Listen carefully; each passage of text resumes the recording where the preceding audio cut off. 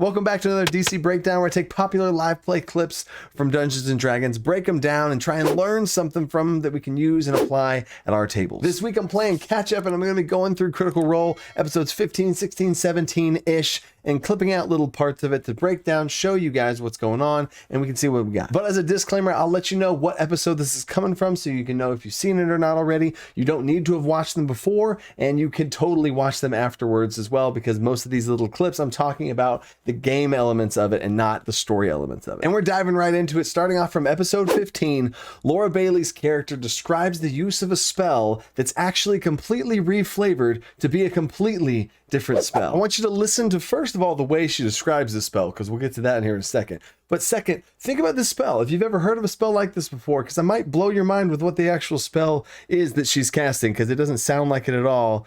Here we go. All right. What you gonna do? I'm gonna Not a bad idea. bring my forearms together, close my eyes, I know. shift my focus down, and then flash my eyes up, and all my hair's gonna flare out, and my clothes are gonna flow up a little bit, and Yes. right here, Oh, yeah.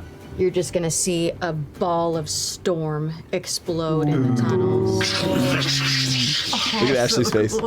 All right. What are you casting? I gotta rewind for that. Watch Ashley. Oh, so cool.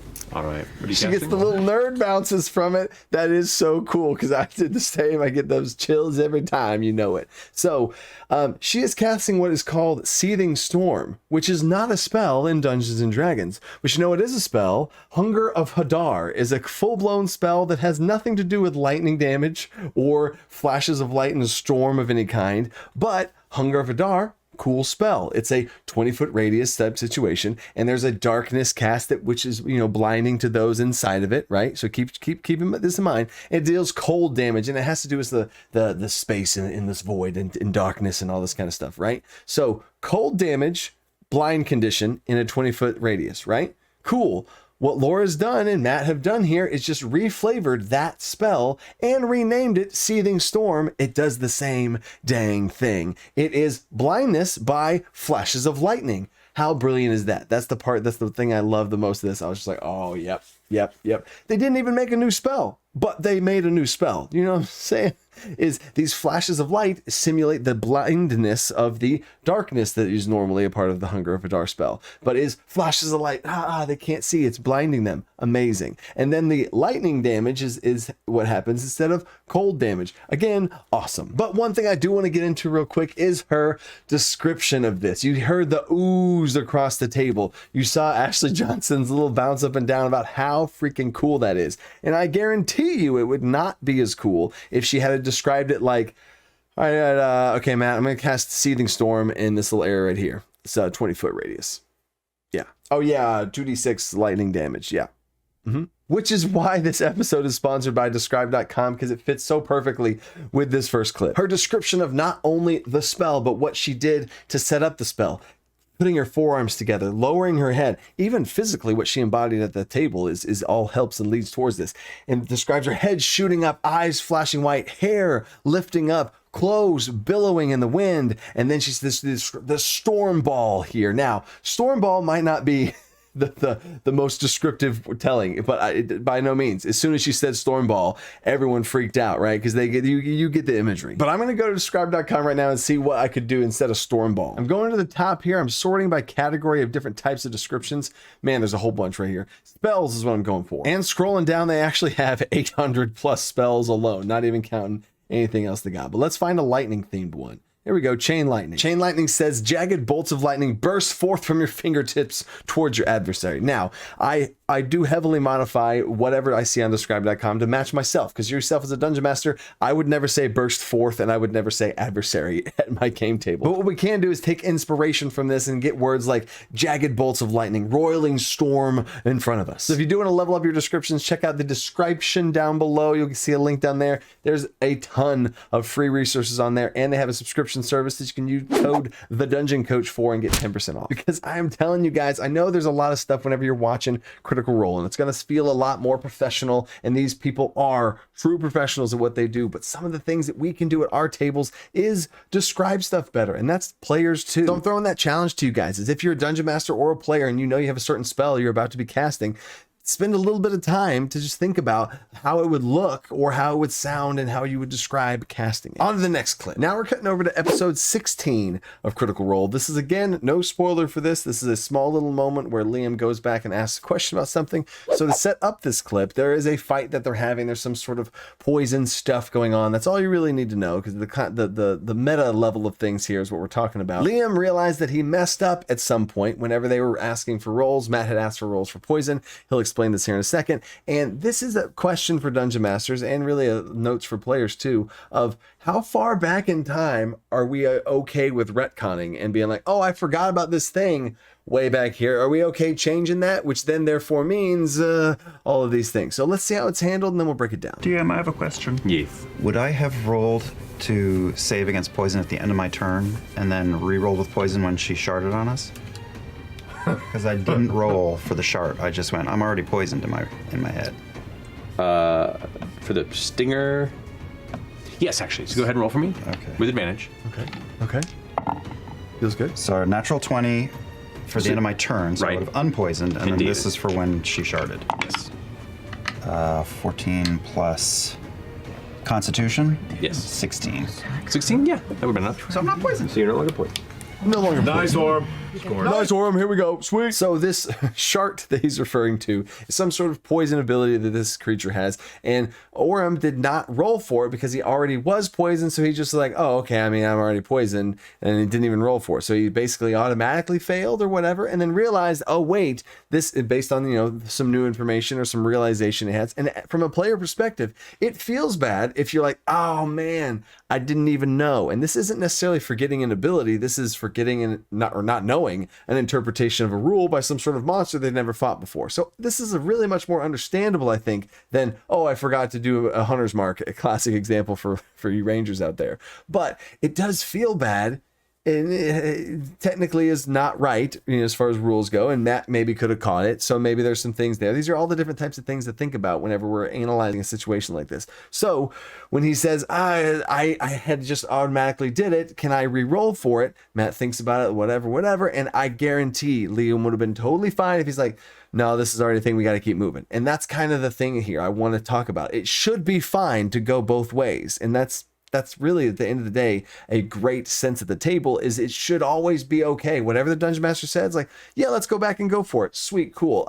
No, we're going to keep moving forward. You're just poisoned. And, okay, all right, fine. You know, and you got to have that balance. That has to, I think, come first before anything about what's the right way. We should only do it that way, and I'm going to be pissed if it's not that way.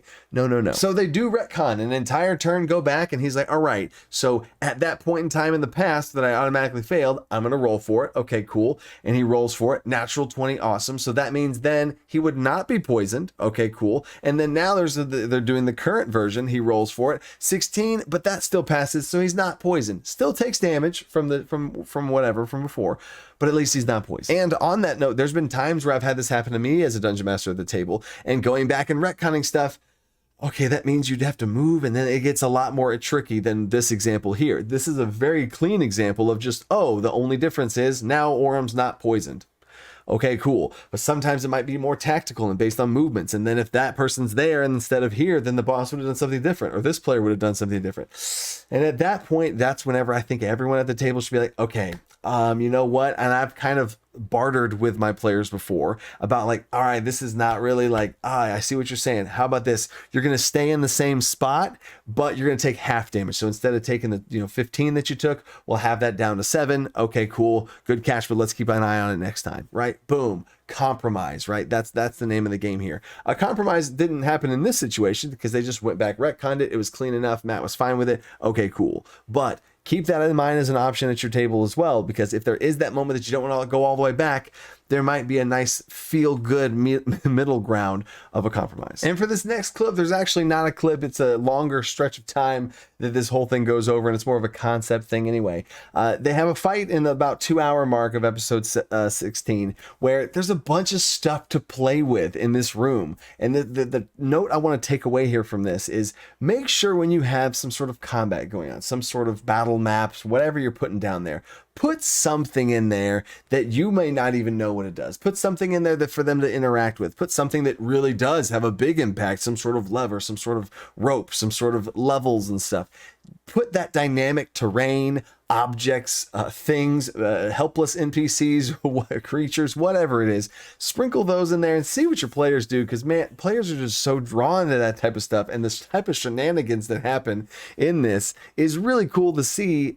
People interact with stuff that if it wasn't there, they would have had a much more boring turn and less exciting and more engaging situation to be able to. It is engaging. Go engage with the stuff around you in this map. Okay, I lied. I do have a clip for y'all. This is like the highlight of the episode. This is a great combat. Lots of dynamic, cool stuff. It wasn't just some fight to the death. They had actually cool stuff to interact with and go after. There's items. There's this magic crystal. All this different stuff. So in this fight, Orym has a next level move that I'm going to go ahead and highlight here too. Here we go. And also watch the back and forth between Matt and Orym about what's possible. Because so many times if a player asks if something is there, I'm wanting it to say yes to it and then see what they do. Just close enough to get fucked up by stupid spray. You got it. Orym, you're up. Can I ask a question? The drill that's going, there's a big wheel on the side. Is that spinning rapidly or not at all? It's still grinding. It's still moving. It looks like it's...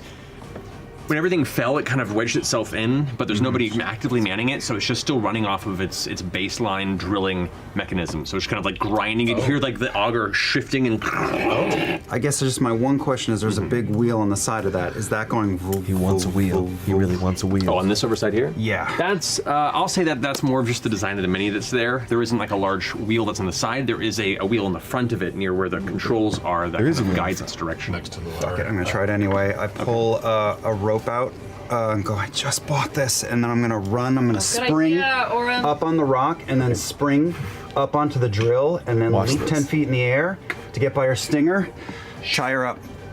And I command the rope to tie her stinger. Magic rope. Okay. The rope wraps around. He's gonna make a roll. See if she can... I don't think this is, side note, time out. I don't think that this is part of the mechanics of the rope. I think the rope it does the command that you do for it. I don't know what the magic item says on the box, card, whatever. But it does feel fair to the dungeon. Make a roll, see if they can avoid the stinger or whatever, but here we go.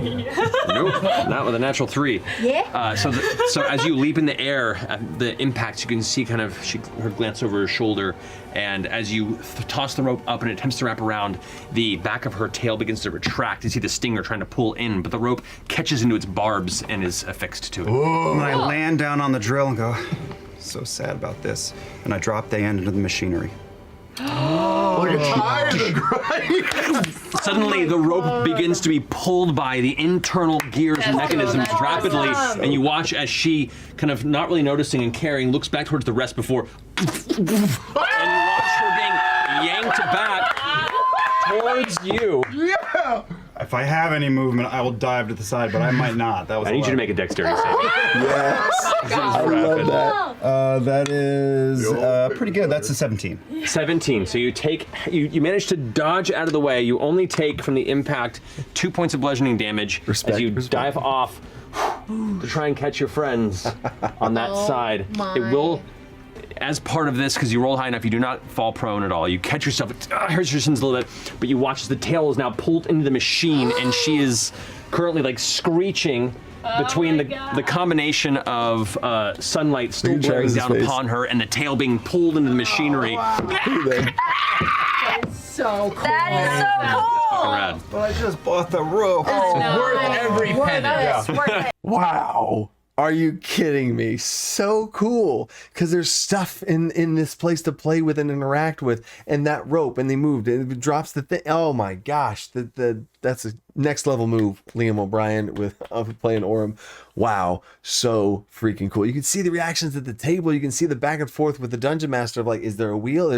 He wants to do something, right? And he's like, okay, well, I want to try. So he wants to grind, like, you know, those trash compactor things. He's going to drag this thing into it with it. Oh my gosh, super awesome. So the takeaway from this combat, ultimately, put stuff in your combats, put things in the world, whether it's a well, the simple water well could be something that they interact with. That I've done that before in a combat. I was like, I don't really know, it's kind of boring right now. Oh, there's a well here. Okay, cool. And then the fight happened all around the well and people throwing things in and out of the well, and it's became a much more cool fight. Okay, for this next clip, we're hopping over to episode 17. Again, this is not a combat situation. We just had a whole bunch of really high octane breakdown stuff. This is going to be about the identify spell, and just this clip right here, I want to do a full video on the identify spell because I ultimately hate identify rules as written. But we're not going to get into that for this video. So fresh cut grass is going to cast the identify spell on something,